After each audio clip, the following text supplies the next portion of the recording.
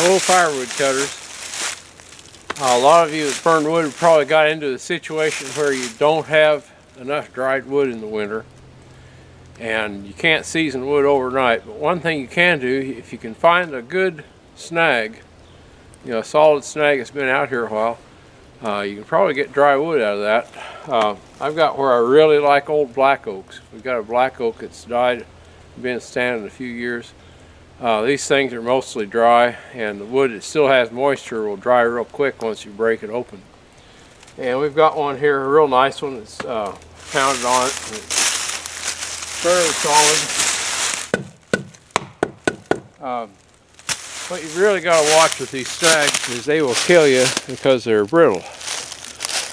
And you have to be careful of that. So as we go up this, you got to pick out how it's going to fall. And as we go up and look at that, you can see it has very little top. Most of the top's gone. That's a good thing because top wood is real brittle. As we go up this, we can see this tree has pretty good weight to the left. It leans forward in a good direction where I can drop it. And now we're going to pick this up, move the camera. I'm going to take this out in the direction I want to drop it. And when I come out in the direction I want to drop it, which is right here. Okay, got moved out here. This is I want to drop it right here about where I'm standing.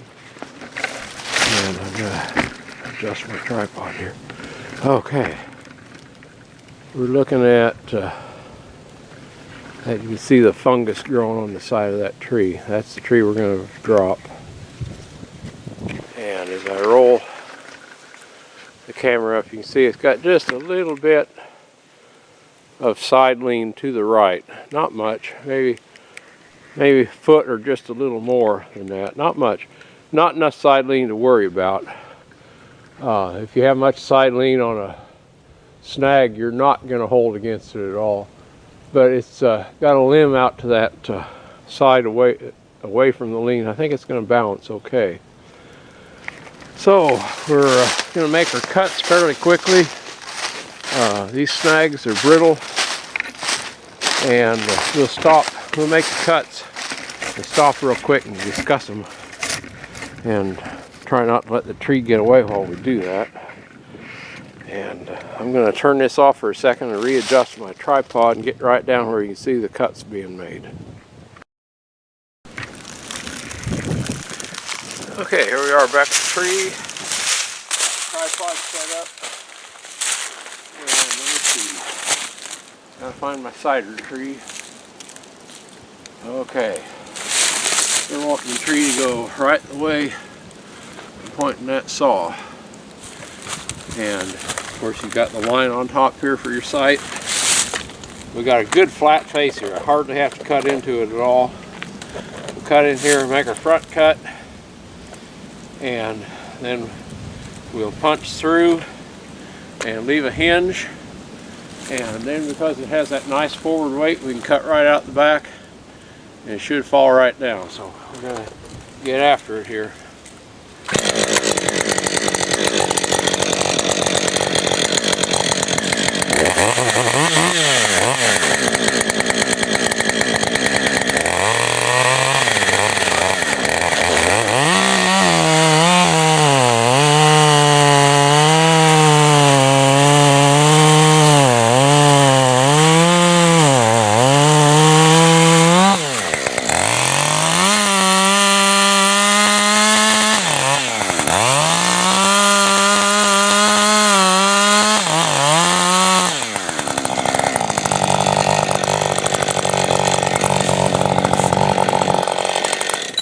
Okay, now we're going to do a punch through.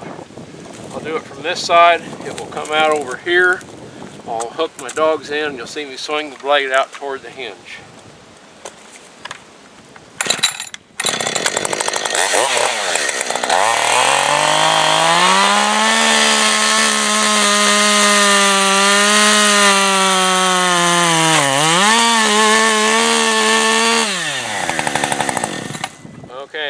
got our hinge established now. You can see, yeah, you can see it here. Got our hinge wood right there. Tree is standing on the hinge, and that back strap we're going to fire up again. Rotate it right on out the back.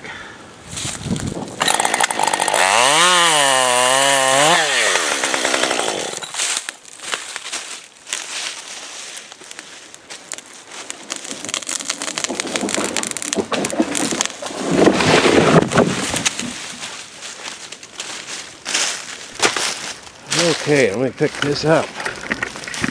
And that worked really well. Anyway, you can see there's the butt cut. You can see that was the first cut there. The second cut right down here. We left a hinge a little over 1 inch thick. You can see as that tree started to go how the wood fibers pulled apart here at the back of the hinge. And they held together. What they do is they break progressively towards the front. As you get up here to the front, you can see bends in them. And you can see where we punched through here, and then rotated forward. You can see the lines were rotated forward. After we had that set up, cut on out the back. And there we go. Got her down. So anyway, that'll make some nice dry wood. It'll be damp here at the butt, but as you go up the tree, that'll be really good dry wood. And we're going to back our little buggy up to it. We'll back our little Kubota up to that, and I'll have a load of wood here in just a few minutes. So anyway, when you're cutting a snag, really scope out where those limbs are. As soon as that started to move, I knew I had cutting from this side over here. I knew there was a dead limb hanging out above me up there. As soon as that tree was severed, as soon as I severed that back strap, before the tree really started to move, I was out of there. Because when that tree starts to move, you may have limbs drop out of the top. Have your hard hat on. But as soon as that was ready to go, I got out of there before that tree even moved. And with the forward weight, I didn't have to stand under it and pound wedges. That's kind of important. Pounding wedges will knock limbs down out of the top, and that's a very bad thing. You don't hear them coming. They just take a second to get to you. You don't have time to move. So anyway, scope out that weight. It had weight forward. Now, you know, it maybe like 3 feet forward at the top, good amount of weight, and about a foot to the left. So when you have your weight forward and a little bit of weight that way, you know, if anything busts, if it falls apart, it's going to fall within 90 degrees. It's going to fall the way the weight is. And so you can figure out safe direction to go, scope out that weight, figure out if the tree is solid, make your hinge long enough that the tree will hang to that stump as it starts to rotate down to the ground. And don't leave a real thick hinge. You know, on a tree like this, 1 inch would be enough. I got it a little thicker than that. I know black oak will pull apart at the back. It's not a problem. And we're not worried about fiber pull on a firewood tree. And when you set it up that way, you actually can step back and look it all over again. But I'd kind of looked at this tree a lot before I ever stuck the saw in it. So be careful and get your firewood in. And here we have it all chunked up, ready to put in the buggy. So we'll throw that in, get a load, and head to the house. And there we are, ready to head back to the house.